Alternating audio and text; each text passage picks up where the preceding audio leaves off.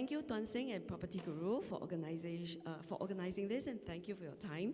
I believe that we all who are here have a lot in common, at least one thing in common, which is that we are all interested in looking at property investment. So I hope that today I can, contribute, to this, your area of interest, and give you some information that's helpful. Okay, let me go straight on. I don't have a clicker because it doesn't work on MacBook, so I apologize. Today will be not as smooth as if I had one on hand. But well, I'm going to tell you how you can buy your next property without ABSD. Okay. First, I need to introduce my firm so that you know who you're listening to. Next. Okay, my firm is known as Characteris LLC, incorporating Lai Kee Pong Partnership. We've been around for a long time, and we are now a full-service law firm, which means we have various areas of practice: property and real estate, litigation, corporate, insurance, family and matrimonial law, trust, estate planning, intellectual property, etc. Okay, so property and real estate has always been one of the key departments of our firm. And right now, we have 18 lawyers and about 20 staff. Okay, so our firm offers comprehensive and competent legal solutions.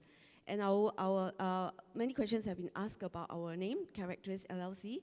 We just believe in good character, so we screen people and recruit people based on their good character, and people who can embrace our core values of being competent, of good character, and being bold to be a catalyst. Okay, next.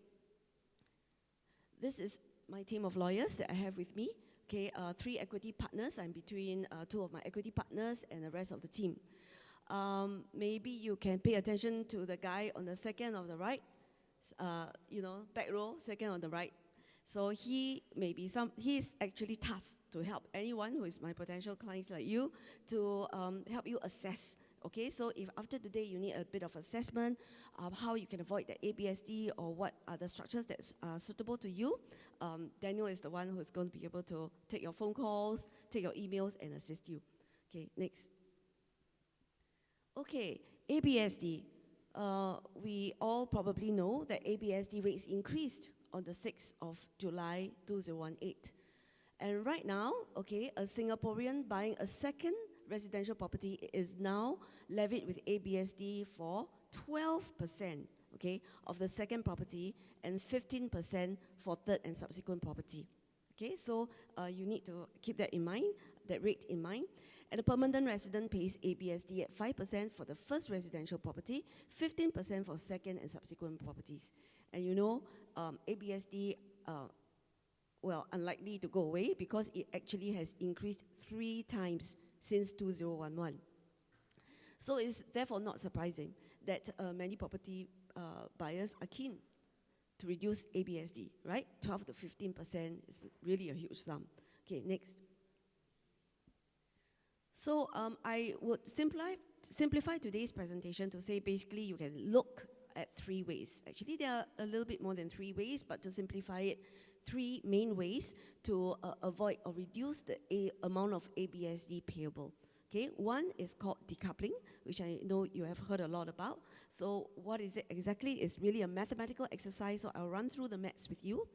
And another option is to purchase under trust. And the third one is to plan ahead and to carefully buy in the right name and the right shareholding. Okay, let's look at decoupling. Decoupling happens when the property is owned by more than one owner. So there are co-owners, and when one co-owner transfers the share in that property to the other co-owner, so when he transfers the shares out, he drops out of the ownership of the property, his property count reduces. Okay, so the transfer of one co-owner's property in a property to the other co-owner or co-owners, okay, that's decoupling, and it may be done by way of, number 1, a gift. That means you give your shares away, or it can be done by way of a sale and purchase. You can sell your share away. So if you transfer by way of a gift, right, there are a little bit of restrictions that that people might not like, because when when it's by way of gift, then the co-owners who receive the gift, they are not able to mortgage or sell for a period of 5 years. So there's a restriction. The good part about it is that when you part with it, there's no money transaction. You just sell, okay? But all this still involves stamp fees, so I will actually do the calculation. Sorry, you just give. Yeah, but it still involves stamp fees, so I will actually do the calculation with you later. But if the transfer is by way of a sale and purchase agreement, okay, it seems to be similar as gift, right? It's like, you know, your own people. But if you actually say it's a sale and purchase agreement, then there must be an actual transfer of the sum that is the sale price. So if you sell your share for 500,000, we must see that 500,000. Okay, it's not a gift whereby there's no money transaction. So that's the difference between a gift and sale and purchase. So when people want to start to do decoupling, they need to think, do they want to do it by way of a gift, or they want to do it by way of a sale and purchase? Okay, next. So in decoupling, which is done by way of a gift or sale and purchase, okay, these are the list of potential costs that you must bear in mind. It's maths. So what do you need to calculate? Number one, the person who is transferring the share out, is this person also subject to stamp duty? Because we do know that there is a seller's stamp duty. If the transferor has bought the property less than 3 years ago, not only the remaining owners have to pay stamp duty, but the transferor has to pay seller's stamp duty. So you need to assess, is seller's stamp duty applicable in your case?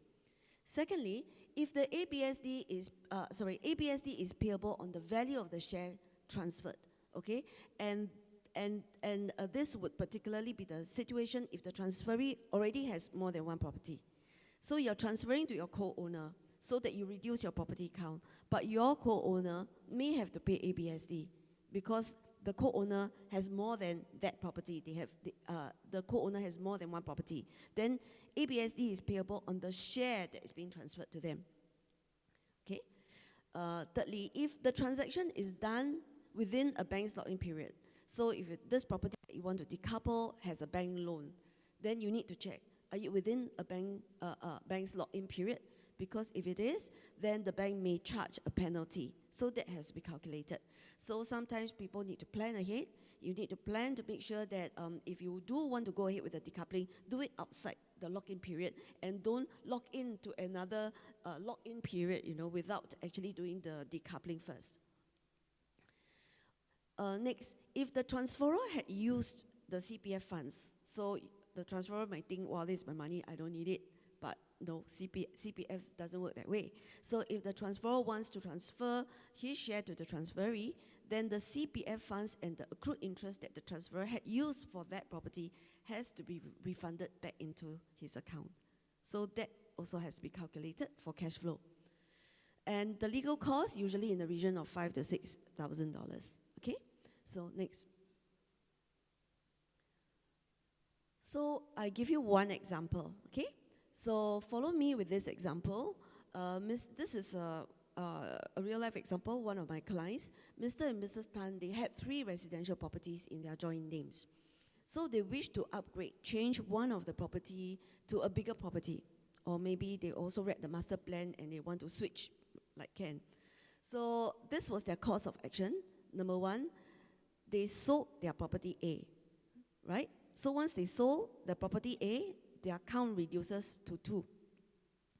Then they decided to decouple property B.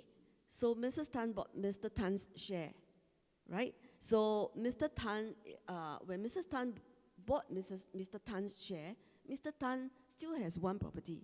So if they decouple property B and left with property C, then when they want to buy their new property, Mr. Tan, if it's in Mr. Tan's name, Mr. Tan would still have to pay ABSD, 12% instead of 15%, right? So in this case, they decided then also to decouple property C. So Mrs. Tan also bought Mr. Tan's share. So in the end, Sold two properties. Mrs. Tan bought Mr. Tan's share. Mrs. Tan bought Mr. Tan's share. So Mr. Tan finally has got no property count. So he was finally able to buy his first property, right, with no ABSD. So let's look at the calculations. Next. Okay, next. Okay, so Mr. Tan sold his half share to Mrs. Tan. So this is the cost that we are looking at when they do a decoupling for property B. The property was valued at 1.5 million. So the sale price, because they're husband and wife, probably in joint tenancy, so when they transfer, it's taken as half. So the sale price was 750,000. Remember, SSD, the property was bought more than 3 years ago, so no SSD, and the loan was not subject to any lock-in period. So in this case, no seller stamp duty, no bank's loan penalty. But because Mr. Tan has to buy over Mrs. Tan's share based on 750,000, they will have to buy the usual buyer's stamp. They have to pay the usual buyer's stamp duty, which is around 3% minus 5,400. So the BSD was 17,100. Then you add the ABSD, which is 12%, and you add the legal cost. So it cost them $112,000 to decouple. Is it worth it? Later you'll see the figures, it'll be interesting. Okay, let me explain something. For many decoupling cases that we do, they don't decouple twice, okay? But I want to point out to you that why is there ABSD here? Why is there ABSD here when Mr. Tan was already an owner? Why does he have to pay ABSD to take over the whole entire property, taking over Mrs. Tan's share? Usually, if Mr. Tan had no other property, there's no ABSD payable. Because when there's a transfer of partial share, the IRAS will look at, so how many other properties do you have? So so in this case, Mr. Tan is taking over Mrs. Tan's share, but he already has another property. So they will still consider it as the second property. So he still has to pay 12%. But if you're decoupling only one property, like Mr. Tan take over Mrs. Tan take over Mr. Tan's share, and Mr. Tan has got no other property, for example, then there's no ABSD. Okay? Yeah. So next.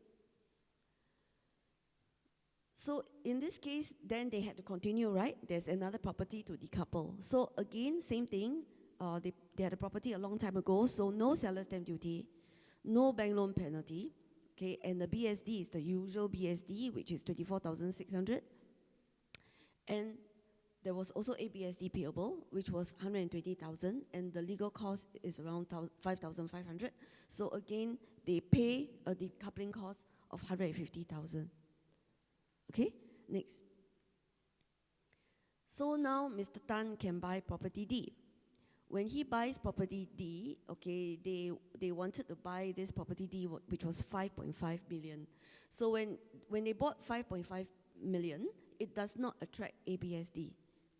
So, which means to say, if they hadn't done any decoupling, right, after they sold the property, even after they sold the property, means they would have to pay 15% ABSD, because they both had already two properties in their name. So third property is 15%. They're both Singaporeans. So you less the decoupling cost of property B, which is $112,000, and less the decoupling cost of property C, 150,000. Look at what is the savings. They actually save $562,000. So it's really, it can be quite astounding. If you think about it, you know, I mean, ABSD is, second property is already 12%. So it's very easy to be able to save a good amount of money if you do decoupling, okay?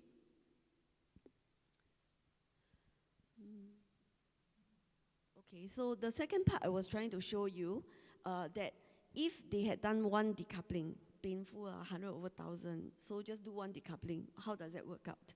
If they had only done decoupling for one, then property D would still be considered a second property, right?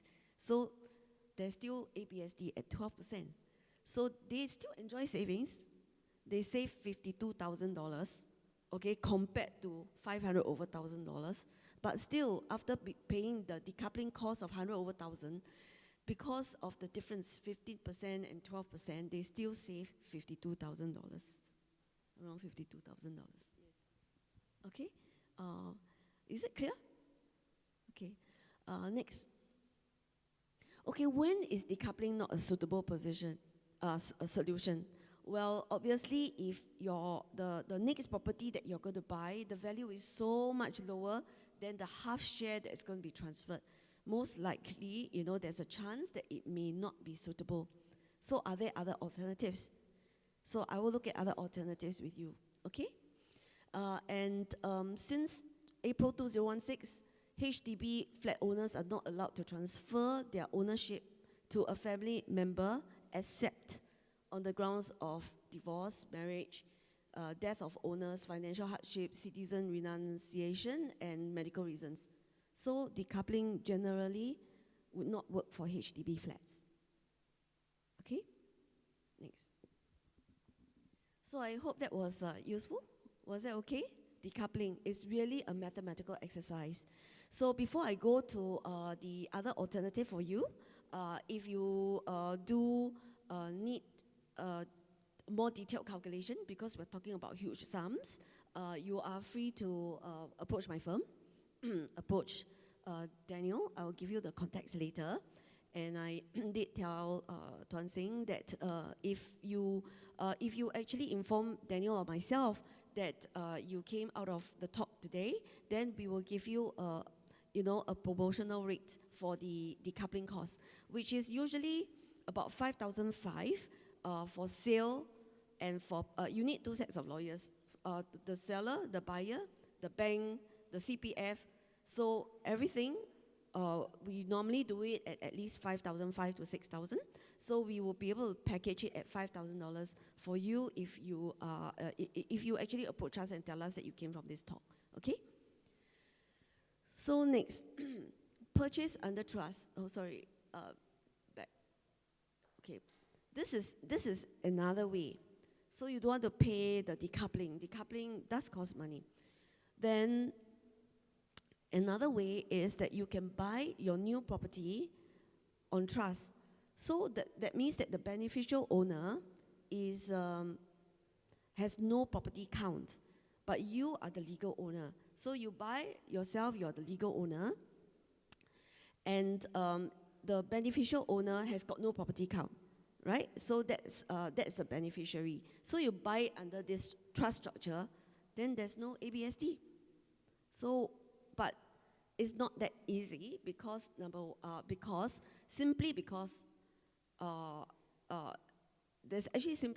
our Singapore banks generally do not finance property bought under trust. So is there a way out? Yes, okay. The way out is this, but before I go to the way out, before I explain the way out, I'll just explain that trust is simple because when you are buying or trust for someone else, you are still having control. You are still the owner. Okay, so you can buy and you can sell. Of course, theoretically, when you sell, the funds have to be managed for the beneficiary. But this beneficiary can be anyone, so we go to the next slide, let's see. Okay, this beneficiary can be a minor. Can be my youngest one was 3 months old. The mother just bought for her, 3 months old under a trust, no ABSD. Okay, simple. Yeah, and there are side benefits. Side benefits are that some people say, oh, good, I take this time to make sure this property is for the kid. So even though the people who bought, like the husband and wife, their marriage may fail, or in future, the beneficiary might grow up and themselves have a divorce, all these are protected. So property under trust is just protected. So it's totally ring-fenced for the beneficiary. Okay, so those are side benefits. Yeah. And the other benefits is that the trust does not need to be registered, so confidentiality can be maintained, okay? And it's inexpensive, okay? It's about 2,500 depending on the trust. Simple terms are just 2,500. So at the present moment, as I said, the banks don't grant you loan. That's the difficulty, okay? But is there a way around it? As I said, yes. What's the way around it? Usually when people want to buy the second property, there are many times where the existing property that they have has already gone up in value. So if it has already gone up in value, whether or maybe sometimes fully paid up, so they actually can get a bank loan based on the mortgage of their existing property, right? And then from the leverage that they get on the bank loan on their existing property, which is cash out, and using still housing loan rates, they can use this to purchase the property under trust free from loan. Actually, the loan is taken out on their existing property. So in that case, they can purchase under trust. Okay? If you have beneficiaries who are above 21 and no property count, then it's not so complicated. You do not have to purchase under trust. So these things that I share with you, it's actually good to keep it with you so that when you come across a good purchase, you come across a fire sale, you can take advantage of it. You can move, before you miss the deal. So which is what happened to me last year, because just sidetrack is another way to avoid ABSD. Last year I came across a fire sale because my ex-neighbor was selling. So I saw my neighbor selling and we kind of like think that it's probably a fire sale. So we went through the agent, negotiated, and I was able at that time. How do I get around ABSD? I didn't expect to purchase this, but then it was a fire sale. It was too good to be true. So it just happened that one of my daughters turned 21. So I got my network of bankers, and when she turned 21 on that day, I got her an option, and amazingly, I avoided ABSD, which is going to be a lot of money. The interesting thing is that when you actually prepare all your network, guess what? My daughter is schooling, she's in university, she has no income, but I managed to get a $3 million loan for her to purchase this property. So, so I want to tell you that many of my clients do that too. So, which means to say that they are able to purchase the next property, okay? The next property under a young child, maybe over 21, maybe the one HDB, and they just use the child's name. But if the intention was not to give the child, the intention was to say, hey, this is family property, I'm just using your name, okay? Then do you have protection? Yes, there are protection instruments. Okay, I made my daughter sign a loan agreement to me. She lent me the money. I lent her the money. She has to pay back. Yeah. And when she sells, I have to be paid first within. The details I shall spare you. But I also make sure that she signed me a power of attorney, which means to say that I have the power to sell, to rent, and I have the power to receive all the monies in my name. And I also even lodge a caveat on the property so that that all these instruments will be secured. Okay, so many of my clients do that too, and many of them it's even easier when they don't need a loan. But I'm trying to tell you that it's really viable because even my 21-year-old girl could get a loan of $3 million for this fire purchase. So it's just getting your network and your instruments and your knowledge all ready. Okay, next. So finally, okay, because my time is running out, right? Just plan ahead and buy in the right name and shareholding. Okay.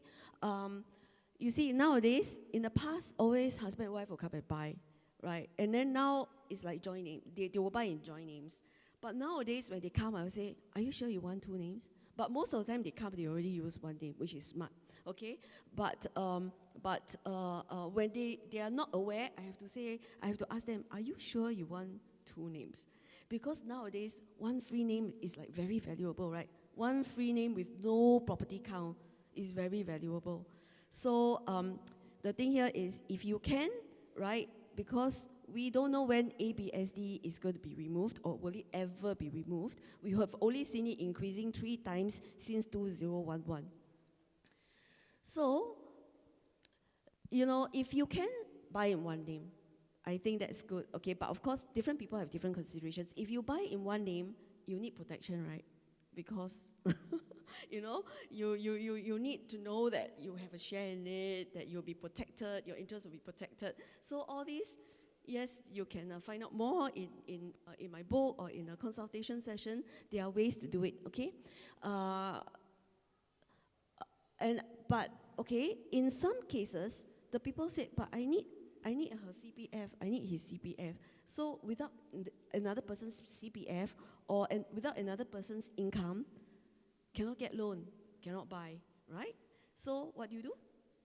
My suggestion, then, and you don't have, if you don't have an immediate intention to buy a future property, then just buy 99.1. 99.1. Just remember 99.1. What is 99.1?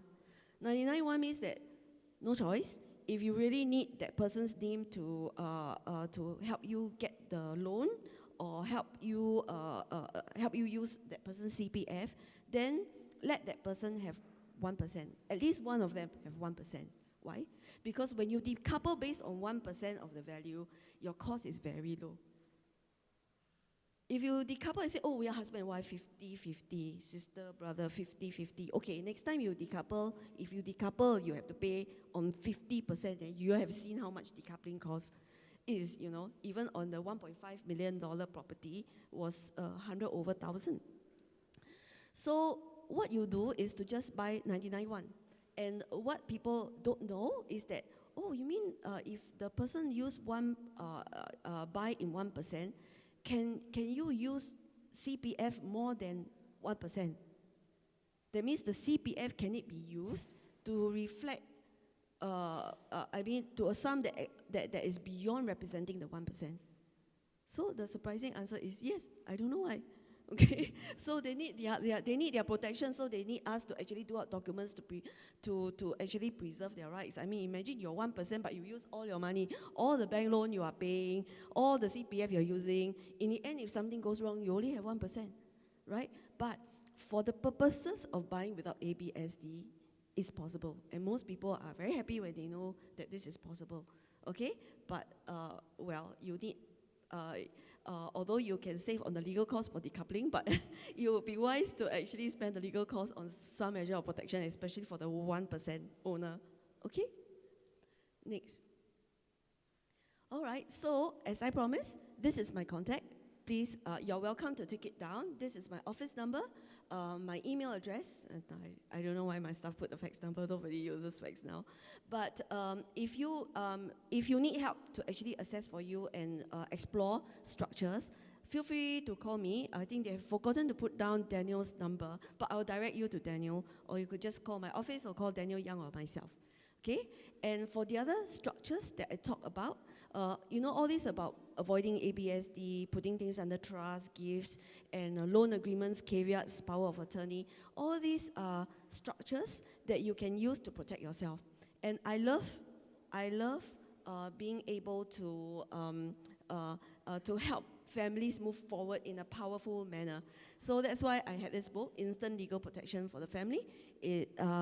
And you see it's called To Help People Protect, Preserve, and Prosper. So some of those instruments, you can find it in that book. The book is available in libraries, in major bookstores, okay? And yeah, with this, I thank you. I'd like to ask, did anybody find this helpful?